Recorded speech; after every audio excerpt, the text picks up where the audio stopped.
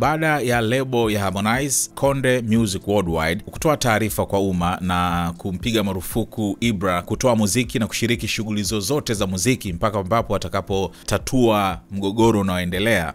Meneja mpya wa Konde Gang ambaye ni mtu unayemfahamu, Miss Brown, ambaye amewahi kuwa pia meneja wa Mbosso. Sasa yeye kupitia kwenye Konde Gang kwa sasa ni kama anaitwa ni talent handler. Sasa ameweka post yake akiweka pia hiyo taarifa kwa umma kutoka Konde Gang.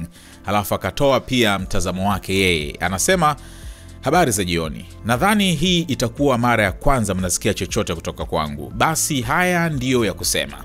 Kile kinachoendelea kwa sasa si jambo la kujivunia wala kufurahia. Kwa hakika kinakatisha tamaa na kinaonesha ni kwa kiasi gani bado hatujaelewa vizuri tasnia hii na biashara yake.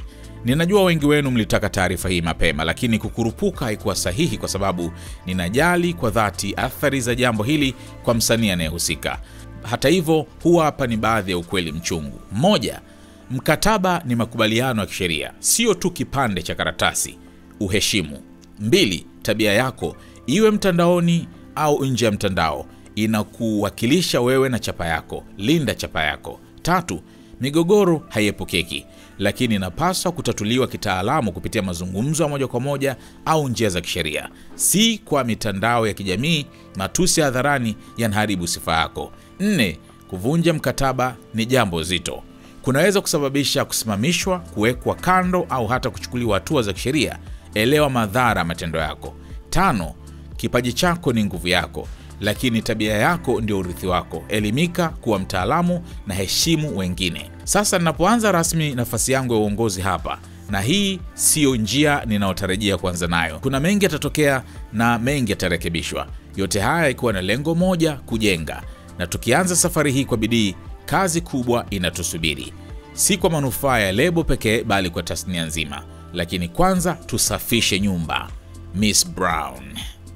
Haya, Miss Brown kaingia sasa kwa mkwara mzito huo, lakini anasema hiki sio kitu ambacho alipendelea sana kuanza nacho kama moja ya majukumu yake kama manager wa Konde Gang.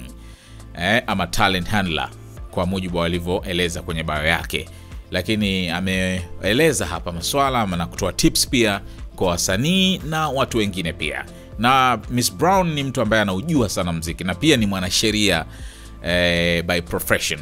Kwa hiyo sio tu mtu ambaye anaongea kwa mizuka, ni lawyer kabisa, amesomea sheria na sasa akiwa ndo amepata jukumu hili kwenye lebo ya Konde Gang. Lakini kabla hapo amewahi kuwa na talent company yake na amekuwa ni mtu ambaye anatoa elimu sana kuhusiana na biashara ya muziki. Wateja wako watarajiwa wanaangalia video hii. Kama biashara yako ingeonekana pamoja na unachokiangalia sasa, wengi wangegeuka kuwa wateja wako wapya. Tuandikie sasa info@snstz.com au WhatsApp pekee 0659 250 389. Tuifikishe biashara yako kwa wana SNS.